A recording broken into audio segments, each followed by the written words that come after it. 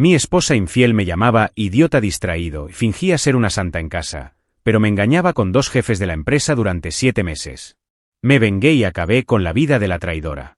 Si te gustan las historias de traición y venganza, dale me gusta al vídeo, suscríbete al canal y activa la campanita para recibir notificaciones de nuevas historias. Mi nombre es Rodrigo, tengo 36 años, soy ingeniero en sistemas, de esos que aman resolver todo con lógica, hojas de cálculo y estabilidad. Conocí a Camila, que ahora tiene 34 años, exmaestra y apasionada del trabajo voluntario, hace unos 8 años. Nos conocimos en un retiro espiritual promovido por una comunidad con principios familiares muy estrictos. Fue una de esas conexiones inmediatas, ¿sabes? Hablamos durante horas sobre propósito, fe, futuro y valores. Nada de fiestas ni juegos, solo conversaciones profundas y paseos al atardecer. Parecía que nos habíamos ido por el mismo camino. Tenía ese brillo en sus ojos de alguien que cree en la bondad de las personas y el poder del hogar. ¿Y yo? Solo quería construir una familia sólida basada en el amor y el respeto. Nuestra amistad fue la base de todo. Antes de cualquier contacto o romance, fuimos mejores amigos durante casi 2 años. Ella sabía lo que me mantenía despierto por la noche y yo conocía los traumas que escondía debajo de esa ligera sonrisa. Asistíamos juntos a las reuniones de la iglesia, participamos en grupos de lectura y cuidamos a los hijos de parejas ocupadas de la comunidad. Era común escuchar que éramos la pareja ideal, incluso antes de empezar a salir. Camila era discreta, de esas que nunca levantan la voz, pero tenía un corazón que abrazaba a todos. La admiraba profundamente por eso. No hubo prisa ni presión, solo complicidad e intención. Y así, sin grandes anuncios, comenzamos a construir algo que parecía inquebrantable. Las citas eran el tipo de relación que nuestros padres usaban como ejemplo. Sin peleas dramáticas, sin sospechas, solo planes, pequeños logros y mucho diálogo. Nos respetábamos profundamente y eso se reflejaba en todo, desde cómo tomábamos decisiones hasta nuestros partidos cotidianos. Sabía que ella quería tener hijos y ella sabía que yo soñaba con una casa llena de risas y el olor a pan saliendo del horno. El primer viaje que hicimos juntas fue para encontrarnos con sus abuelos en el campo. Camila me presentó como el hombre con el que envejeceré. Nunca lo olvidaré. Me sentí vista, elegida. ¿Y ella?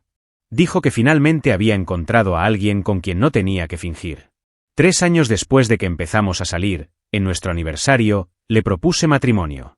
Una cena sencilla, en un restaurante cercano a casa, pero con todo el simbolismo que siempre ha llevado nuestra relación. Camila lloró incluso antes de que terminara de hablar. No quería un anillo caro, quería promesas sinceras. Y todo ello lo entregué, fidelidad, presencia, verdad y compañerismo hasta la última mecha de canas. La boda fue discreta, con flores silvestres y música acústica. Nuestros votos hicieron llorar a mucha gente, era como si estuviéramos leyendo un diario privado en público. Y sinceramente, en ese momento estaba seguro de que la vida me había regalado algo raro. Camila parecía una bendición viva. Durante los primeros meses de convivencia, la rutina transcurrió sin problemas. Compartimos tareas, nos reímos de nuestros errores y celebramos hasta los pequeños logros, como armar un armario sin pelear. Camila organizó la casa con un cuidado casi artístico, mientras yo me sumergía en el trabajo y traía cada detalle de lo que estaba haciendo para compartir con ella. Ella me escuchó como si cada proyecto fuera una hazaña heroica. Nuestras noches estaban llenas de planes y cariño, y nuestros domingos eran sagrados, café en la cama y servicios por la mañana. Vivía en una burbuja donde todo tenía sentido. Nada parecía fuera de lugar. Estaba seguro de que con ella el mundo exterior podría terminar y todavía estaríamos en paz. Mucha gente dijo que era demasiado bueno para durar. Me reí, pensando que era envidia disfrazada de escepticismo. Después de todo, cuando construyes algo con una base sólida, el resto no se tambalea fácilmente, ¿verdad? Creía que el amor puro era suficiente, que los valores que compartíamos nos hacían infalibles. Quizás me dejé engañar por el brillo de una hermosa estructura en el exterior, sin notar las grietas del interior. O tal vez, solo tal vez, confiaba demasiado en alguien que no sabía qué hacer con tanta dedicación. Pero en ese momento simplemente estaba agradecido. No sabía que todo esto era solo el comienzo de algo mucho más profundo y oscuro. En los primeros años de matrimonio parecía que la vida nos recompensaba a diario. La rutina era ligera, casi coreografiada. Camila preparaba café mientras yo contestaba correos electrónicos del trabajo, intercambiamos besos apresurados antes de irnos y por la noche nos reuníamos como si todo el día estuviera esperando el reencuentro. Hubo un silencio cómodo entre nosotros, de esos que no piden explicación. Si algo salía mal, lo afrontábamos como socios de guerra, cubriéndonos unos a otros. Yo trabajaba en una empresa tecnológica en crecimiento y, una vez fuera de las aulas, ella había decidido dedicarse exclusivamente a su hogar. El hogar que ella hizo florecer. Cada detalle tenía su toque, los cuadros en la pared, los olores en la cocina, las flores que siempre aparecían en los rincones. La casa respiraba paz. El anuncio de embarazo llegó un sábado por la mañana, con una prueba positiva temblando en sus manos y una mirada en sus ojos que nunca olvidaré. Era como si el universo dijera, ahora estás completo. Poco después descubrimos que eran gemelos. 2 chicas. 2 corazones latían dentro de ella mientras yo intentaba, en vano, contener las lágrimas. Camila, aunque ya era tranquila por naturaleza, se volvió aún más serena durante su embarazo. Habló con las niñas antes de acostarse, les contó historias de su barriga y las acarició como pidiendo perdón por todo lo que aún no habían vivido. ¿Y yo? Me convertí en un hombre aún más presente y más comprometido. Sentí que ese era mi papel en el mundo. El nacimiento de las niñas fue uno de los momentos más intensos de mi vida. Lloré tanto que la enfermera me preguntó si me sentía mal. No fue dolor, fue una mezcla de gratitud, alivio y un miedo inexplicable a no estar a la altura. Pero Camila parecía hecha para ello. Amamanté ligeramente, cuidé con precisión y todavía encontré tiempo para prepararme de las noches que llegaba a casa exhausta del trabajo. Dije que ella era mágica. Ella se rió. Y realmente lo creía. Nunca imaginé que alguien pudiera ser madre con tanta dulzura y aún así ser esposa con tanta dedicación. Era como si lograra multiplicar el amor en silencio, todos los días. Nos convertimos en ese tipo de pareja que los amigos usaban como referente. Fotos felices, vídeos divertidos de las niñas, cumpleaños organizados con detalles encantadores. Camila tenía una habilidad casi sobrenatural para transformar cualquier momento en algo digno de recordar. Nuestra casa se llenaba de sonrisas, de los aromas de la tarta saliendo del horno y de fondo sonaban canciones infantiles mientras las niñas corrían con moños en el pelo. A los ojos de todos, estábamos viviendo el colmo de la felicidad familiar. Y durante mucho tiempo pensé que nosotros también lo éramos. Pero ahora, mirando hacia atrás, veo que tal vez estaba demasiado insensible a la rutina perfecta como para cuestionarla. Y eso es algo que todavía me duele admitir. Con el tiempo, comencé a notar pequeños cambios, casi imperceptibles. Una distracción aquí, una respuesta más corta allá. Pero siempre lo justifiqué. Al fin y al cabo, cuidar de 2 niños y de una casa entera no es tarea fácil. Cuando dijo que estaba cansada, le dije descansa, amor, yo me encargo. Y realmente lo sostuvo. Trabajaba hasta tarde, hacía turnos dobles cuando era necesario, solo para que ella pudiera dormir más y sonreír más. Solo quería que ella fuera feliz. Pensé que eso era suficiente. Pero, ¿cómo puedes proteger a alguien que silenciosamente ha comenzado a alejarse de ti? La respuesta a eso, todavía me mantiene despierto por la noche. Incluso en momentos en que el cansancio pasó factura, el amor que sentía por esas 3 mujeres, mi esposa y mis hijas, fue el combustible de mi vida. Creía que lo que teníamos era sagrado. Una bendición que muchos soñaron y pocos lograron. Nunca se me pasó por la cabeza que pudiera colapsar. Y cuando las primeras grietas empezaron a aparecer, no fue con flequillos, sino con susurros, miradas perdidas y ausencias disfrazadas de ajetreo. Cosas que, en su momento, me negué a ver. O tal vez, no tuve el coraje de enfrentar lo que ya estaba sucediendo frente a mis narices. Todo empezó un martes. De esos en los que el cielo se ve más gris de lo que debería, pero no entiendes por qué. Camila había viajado a una conferencia de la empresa, algo de último momento.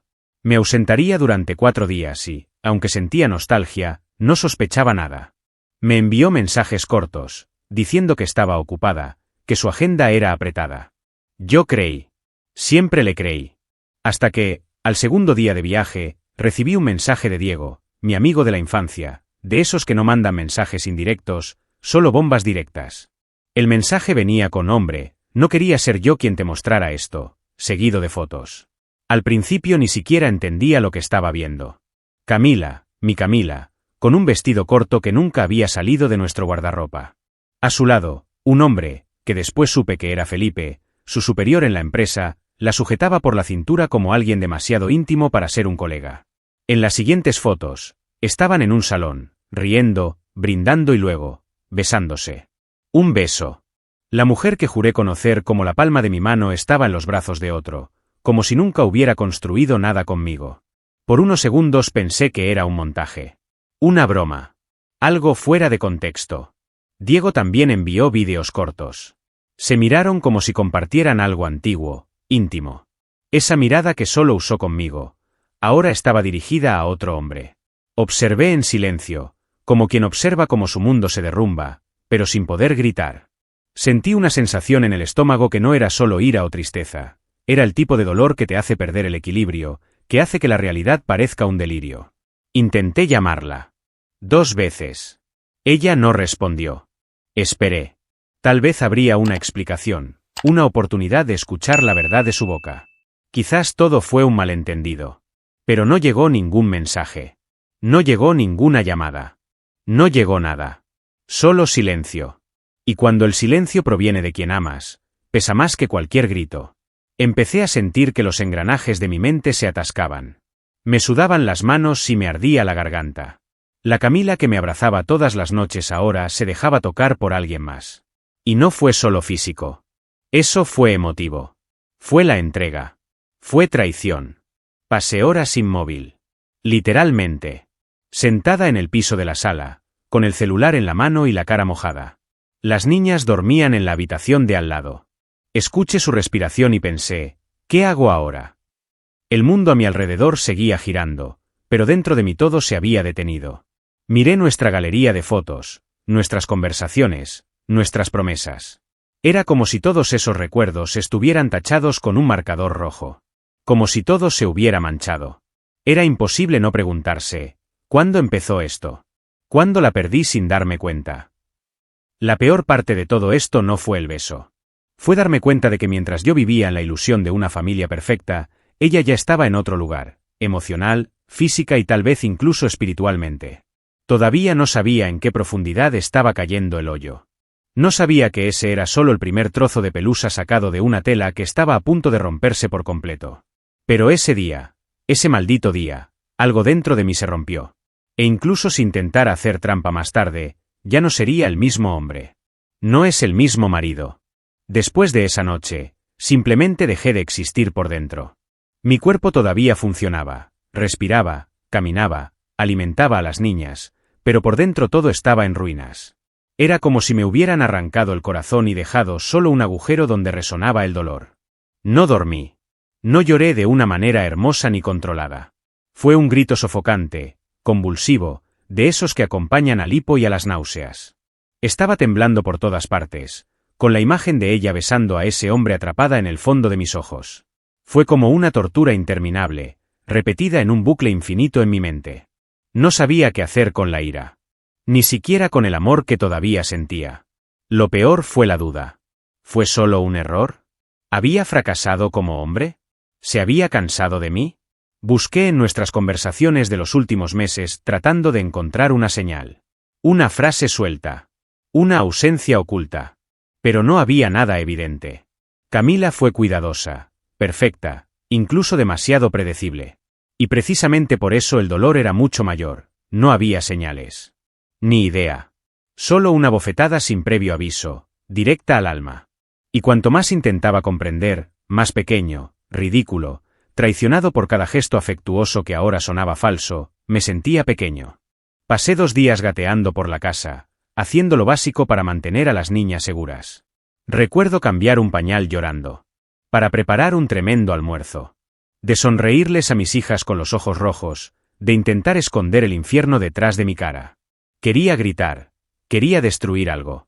Pero al mismo tiempo, algo en mí me decía que esperara. No confrontarla todavía. Para no demostrar que lo sabía. Era como si mi instinto de supervivencia me impidiera actuar por impulso. Y luego hice algo que nunca pensé que haría. Saqué uno de los viejos celulares que guardaba para las pruebas de trabajo y comencé a planificar. Todavía no sabía cómo ni con qué propósito, pero necesitaba comprender el tamaño de la mentira. Necesitaba ver. La traición no fue suficiente. Quería saber si ella seguía siendo la Camila que conocía o si, de hecho, se había convertido en una extraña. El dolor, en ese momento, empezó a centrarse. Un enfoque poco saludable, tal vez. Pero fue lo único que me mantuvo en pie. Necesitaba la verdad. Toda ella. Porque la duda me mató más que el beso que jamás había visto. Encendí la computadora, abrí los programas que usaba en consultorías de seguridad digital y comencé a configurar el seguimiento. Fue simple pero efectivo. Una aplicación espía discreta oculta en una actualización. Solo acceso rápido a su teléfono celular durante unos minutos. Y supe que cuando regresara de su viaje dejaría el dispositivo sobre la mesa, como siempre hacía. No fue por venganza que hice esto. Fue por desesperación. Por necesidad de preservar lo que quedaba de mi cordura. Si había más por descubrir, que fuera todo de una vez. No quería vivir con verdaderas migajas. Pero incluso con todo este plan en construcción, por dentro todavía estaba hecho un desastre. Miré las cunas de las niñas y sentí un nudo en la garganta que apenas me dejaba respirar. ¿Cómo explicarles que la mujer que mecía sus noches era ahora una mentira disfrazada de dulzura? ¿Cómo protejo a 2 niños pequeños de una tormenta emocional que ni siquiera yo sabía cómo afrontar? No podía pensar en el futuro. Ni siquiera mañana. Solo pensaba en lo que pasaría cuando cayeran las máscaras. Porque algo en mí decía que esto era solo el comienzo. Camila regresó del viaje como si nada. Besó a las niñas, me abrazó con esa tranquilidad de siempre y dijo que estaba agotada, que los días habían sido demasiado intensos. Solo asentí. Dentro de mí, grité. Pero por fuera llevaba la máscara. Sonreí, hice preguntas triviales y oculté cada estallido interno con una expresión neutral. Mientras se duchaba, dejó su celular sobre la cama. En menos de 3 minutos instalé el rastreador y terminé la configuración. Y así comenzó mi inmersión en una pesadilla mucho más profunda de lo que imaginaba. Los primeros días no revelaron más que mensajes rutinarios. Pero luego vinieron los nombres. Felipe. César. Mensajes con emojis discretos, apodos secretos, códigos disfrazados de reuniones. En unas pocas semanas, tuve acceso a todo.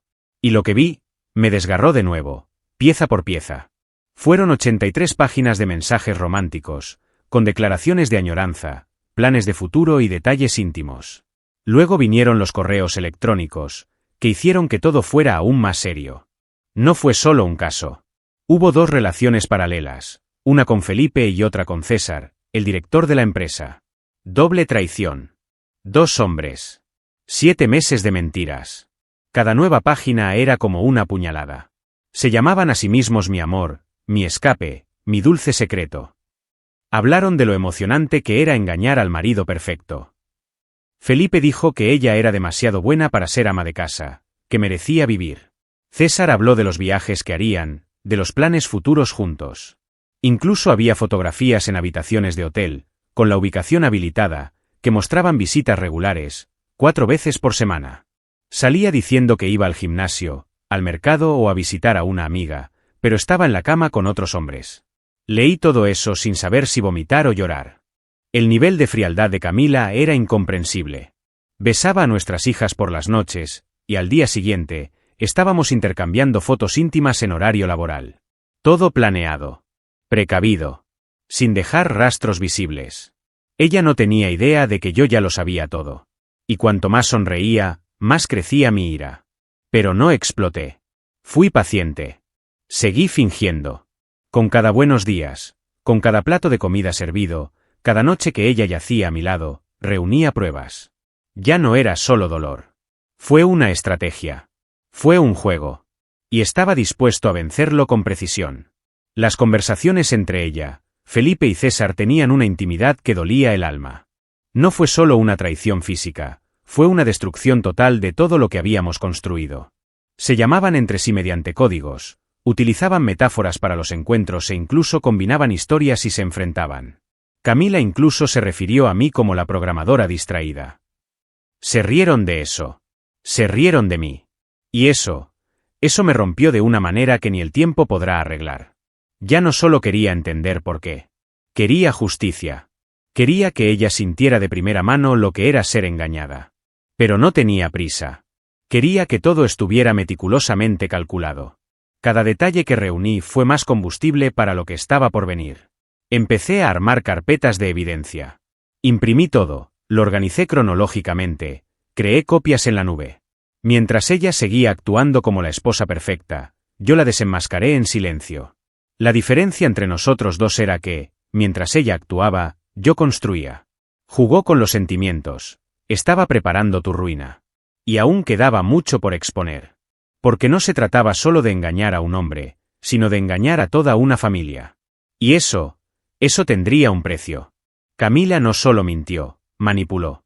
Con maestría. La forma en que me miró, aunque sabía lo que estaba haciendo a mis espaldas, era una calma casi satánica. No cometió ningún error en el tono de su voz, no dejó rastros de culpa en sus ojos. Ella sabía exactamente cómo mantener la guardia baja. Me preparaba mi comida favorita los días que estaba más cansada. Me decía eres el mejor padre del mundo cuando dudaba de mí mismo. Era como si estudiara mis emociones y dosificara el cariño en la cantidad justa para que no sospechara nada. Ella estaba calculando. ¿Y yo? Todavía fingí no saberlo. Lo más aterrador fue la forma en que usó a los niños como escudo. Cuando una de las niñas enfermó, ella se hizo cargo de todos los cuidados, hizo vídeos cariñosos con ellas, envió fotos a grupos familiares. Todos decían que era una madre ejemplar. Y lo seguí, no porque ya creyera en ello, sino porque necesitaba mantener las apariencias. Por dentro era un infierno, veía a la madre entregada a sus hijas y recordaba las conversaciones sucias con sus amantes. Me destrozó. Ella hizo que pareciera que el mundo entero era solo un escenario donde ella era la estrella, y yo era el extra tonto. Actuó con una precisión aterradora. Si hacía algo que le agradara, vendría con esa gratitud exagerada.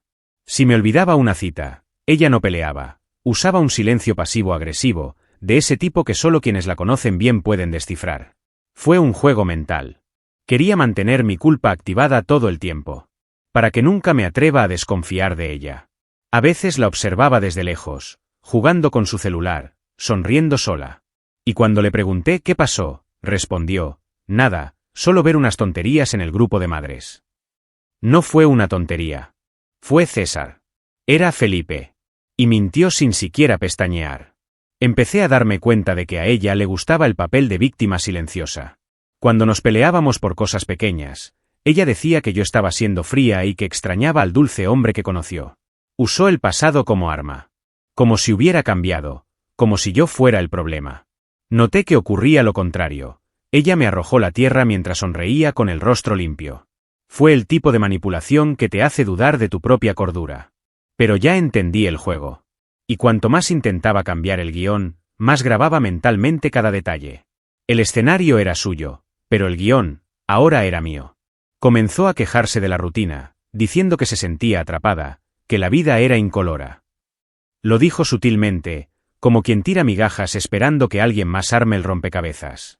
Pero lo sabía. Estaba sentando las bases para justificar lo que estaba por venir. Quería pintar la narrativa de una mujer infeliz atrapada en un matrimonio tibio. Quería limpiarse antes del escándalo. Me fui. La dejé pintar este cuadro torcido mientras yo pintaba el mío, con cada pieza de evidencia guardada, cada mentira documentada. Su final sería retransmitido en alta definición. Y ella no tenía idea. Con cada beso que me daba, yo se lo devolvía con una promesa silenciosa: no tienes idea de lo que viene. Me convertí en un espejo, reflejaba todo lo que ella quería ver, sin revelar lo que yo ya sabía. Y en esta reflexión distorsionada, se hundió cada vez más en su propia farsa. Ella pensó que tenía el control. Pensé que estaba en la cima. Lo que ella no sabía era que yo estaba acumulando dinamita emocional, lista para explotar en el momento exacto. Y cuando eso sucediera, no tendría dónde huir. Ni siquiera Felipe. Ni siquiera César. El espectáculo iba a terminar, en vivo, con público y todo. Después de meses de acumular pruebas y ensayar cada detalle, sabía exactamente cómo presentaría todo. No quería pelear, ni gritar, ni suplicar explicaciones. Quería un final irrefutable, humillante y definitivo. Imprimí las 83 páginas de mensajes, organicé los correos electrónicos, armé dossiers separados para Felipe, César y Camila. Cada documento tenía fechas, ubicaciones, imágenes, capturas de pantalla. Hice copias en la nube, en un disco duro externo, incluso en una carpeta cifrada en mi propio correo electrónico. Ya no se trataba solo de traición.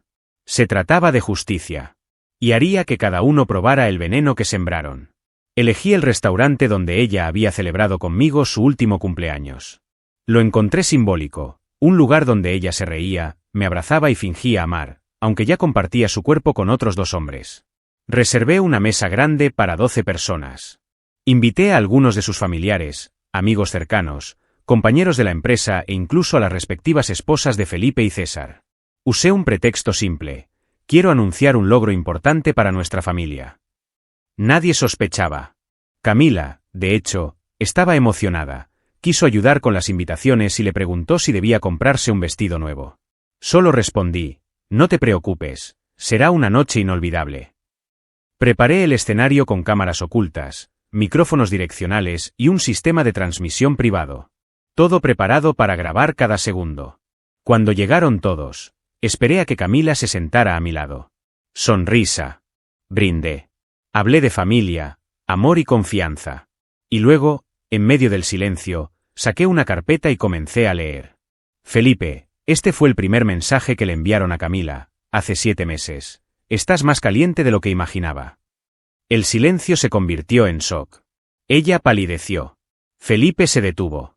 César intentó ocultarlo, pero la tensión era visible. Y luego comencé a diseñar las imágenes. Uno por uno. Camila intentó interrumpir, diciendo que estaba exagerando, que era una invasión a la privacidad. Solo respondí: invadiste mi vida. Ahora vas a tener que escuchar.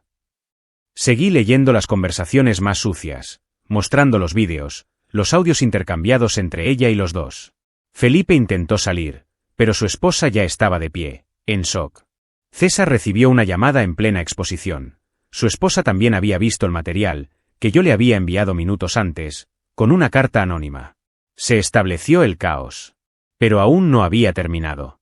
Pedí silencio. Y le hice confesar a Camila. Ella lloró, trató de negarlo, pero luego cedió. Sí, hice trampa. Sí, mentí. Sí, fueron ambas cosas. La grabación capturó todo. La transmisión en vivo llegó a sus padres, a las madres de los niños del colegio y a los socios comerciales de César. Les exigí públicamente a los 3 que me pagaran 8 millones de pesos como compensación moral y emocional. No se trataba del dinero. Se trataba del escándalo. Se trataba de mostrar quiénes eran realmente. Ninguno de los presentes salió ileso. Ni siquiera quienes intentaron defenderlo. Era imposible no ver lo que mostré. Y me aseguré de que todos vieran hasta el final. Camila rompió a llorar, intentó justificarse, pidió perdón.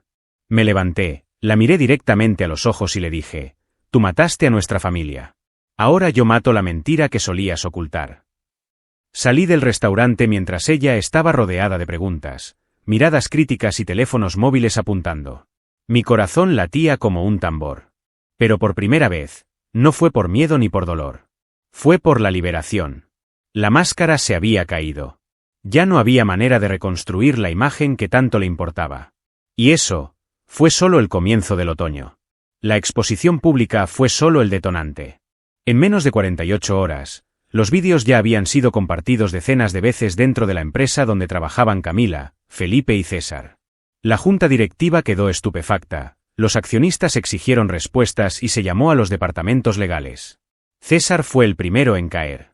Como director, era responsable de mantener los estándares éticos, y ahí estaba, involucrado en relaciones paralelas con un subordinado casado, en un ambiente corporativo, con evidencia indiscutible. Fue despedido por mala conducta, perdió bonos acumulados por más de 12 millones de pesos y, peor aún, fue abandonado por su esposa, quien se llevó a sus hijos y congeló sus cuentas. Felipe intentó mantenerse firme, diciendo que era un tema personal, pero los mensajes revelaban manipulación, promesas de ascenso y hasta sugerencias de despedir a otros empleados para proteger a Camila. La denuncia se convirtió en un caso legal. Fue demandado por intimidación, abuso de poder y colusión corporativa.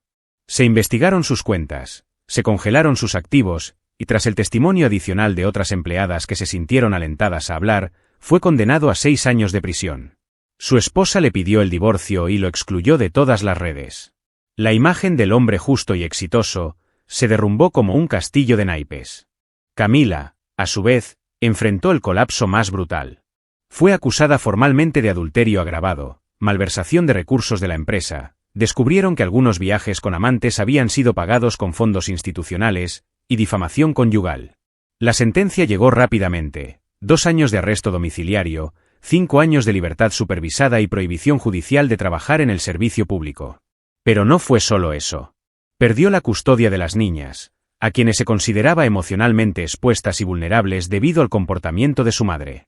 El juez fue claro: no es solo una cuestión moral, es una cuestión de riesgo. Intentó apelar, intentó decir que estaba emocionalmente inestable, que no había sido ella misma en los últimos meses. Pero nada ayudó. La evidencia estaba ahí. Vídeos, fotos, mensajes. Nada fue forzado, nada fue plantado. Fue crudo, directo, imposible de negar. Es más, intentó presentarme una solicitud de reconciliación, alegando que merecía una segunda oportunidad por el bien de la familia. Me envió cartas, intentó contactar con mi madre, incluso se acercó a la escuela de niñas. Pero todo quedó legalmente bloqueado. Pedí una medida de protección. Y lo hice. Por primera vez, se vio obligada a enfrentarse a su propio reflejo sin maquillaje. Los medios locales incluso comentaron el caso en columnas de comportamiento y escándalos corporativos. La gente empezó a enviarme mensajes de apoyo, diciendo que lo que hacía era necesario. No estaba orgulloso de lo que expuse, pero sí de no haber sido cómplice del engaño. Su caída no fue teatral como la revelación pública. Fue lento, solitario, frío. La misma frialdad que tuvo conmigo durante meses. Me enteré de que se mudó a un barrio remoto, vive con un primo lejano y que nadie de la antigua comunidad religiosa quería tener más contacto. Camila se convirtió en el fantasma mismo de lo que una vez pretendió ser. Las niñas todavía preguntan por ella de vez en cuando, pero ahora entienden que el silencio que reciben es protección. Nunca hablé mal de su madre, simplemente les expliqué, con palabras que los niños puedan entender, que hay personas que necesitan tiempo para volver a aprender a amar. Lo aceptan con una sabiduría que me conmueve. Y Camila, bueno, ahora es solo un recuerdo que conlleva el peor castigo de todos, vivir sabiendo que lo tenía todo, y lo tiró a la basura. Sin audiencia. Sin defensa. Solo con el vacío que ella misma construyó. Después de la caída, no hubo alivio inmediato, reinó el silencio. Un silencio que al principio me dolió, pero que luego se convirtió en mi refugio. Vendí parte de los bienes que aún teníamos y me fui con las niñas a la casa de mi madre. Nos recibió sin preguntas, solo con su regazo. Era como si el mundo se hubiera derrumbado a nuestro alrededor, pero dentro había un pequeño refugio de paz. Yo, que siempre tuve el control, necesitaba aprender a reconstruirme con lo impredecible. La vida había cambiado. Y, en ese momento, lo único que me importaba era ver a mis hijas durmiendo tranquilamente, sin sentir el peso de la tormenta que pasaba sobre nosotras. Monté una habitación improvisada, hice de la oficina de casa mi nueva trinchera y reorganicé por completo mi rutina. Me convertí en todo para ellos: padre, amigo, cocinero, narrador. E incluso en las noches en que me desmoronaba sola, me recuperaba por la mañana, porque sabía que 2 niñas contaban conmigo. Camila intentó acercarse: cartas, notas, mensajes con números falsos, pero yo ya no era el mismo hombre.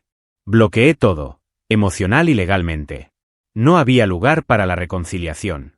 Había roto un vínculo que no se puede reparar. Y mi objetivo era proteger lo que seguía siendo sagrado: nuestras hijas. La rutina con ellos fue mi nuevo comienzo. Empecé a encontrar la belleza en lo simple: verlos correr por el patio, escuchar sus risas a la hora del baño, oler el olor del champú infantil en las almohadas. Eso me curó. Sin darse cuenta, estaban uniendo los pedazos del padre roto que heredaron. Todavía me despertaba en mitad de la noche, a veces sin motivo alguno, a veces recordando el pasado. Pero cuando los vi durmiendo, sentí que estaba donde debía estar. El hogar ya no era una casa, era esa habitación desordenada con muñecas en el suelo y 2 corazones que me enseñaban qué es el verdadero amor. Hoy miro hacia atrás con más conciencia que arrepentimiento. La traición me destruyó, sí. Pero la reconstrucción me marcó con más fuerza. Nunca fui el mismo, pero quizás eso no sea malo. Aprendí que amar a alguien por encima de ti mismo es un camino peligroso. El amor no puede ser ciego. El amor que requiere el sacrificio de la identidad no es amor, es sumisión. Y nunca permitiré eso otra vez. Camila me enseñó lo que es perderlo todo por confiar demasiado. Mis hijas me enseñaron lo que es recuperarlo todo, solo con la verdad. El anhelo todavía existe, pero no por ella. Extraño lo que pensé que tenía. De lo que creía que era verdad. Pero aprendí a diferenciar el recuerdo de la realidad.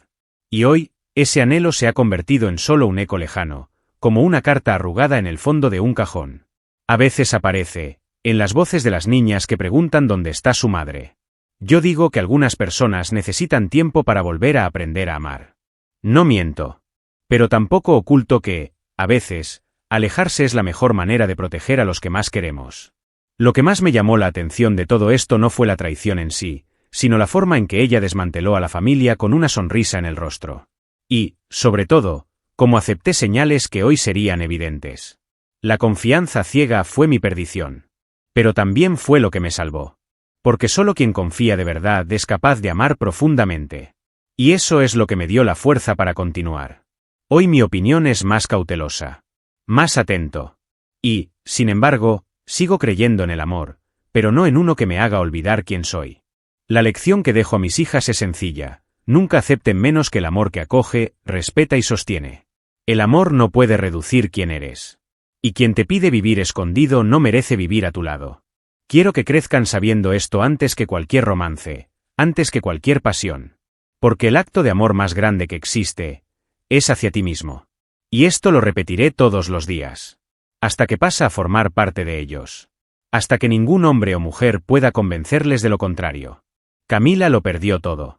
Pero su peor castigo no fue la condena, ni la exposición, ni el abandono social. Fue ver, desde lejos, lo que ella destruyó. Saber que sus hijas sonríen, sin ella. Que el hombre al que llamó idiota reconstruyó una casa desde cero. Que su mentira fue aplastada por la fuerza de la verdad. Y mi misión, ahora, es simple: proteger a estas niñas del mundo y, especialmente, de los venenos que se disfrazan de afecto. Porque si sobreviví a todo esto fue solo gracias a ellos. Deja tu opinión en los comentarios, dale me gusta al vídeo y suscríbete al canal para recibir notificaciones de nuevos vídeos, y también ayudarnos a llegar a más personas y formar una comunidad. Disfruta y mira una de las historias que van apareciendo a continuación sobre nuevas denuncias de traiciones y venganza. Hasta la próxima.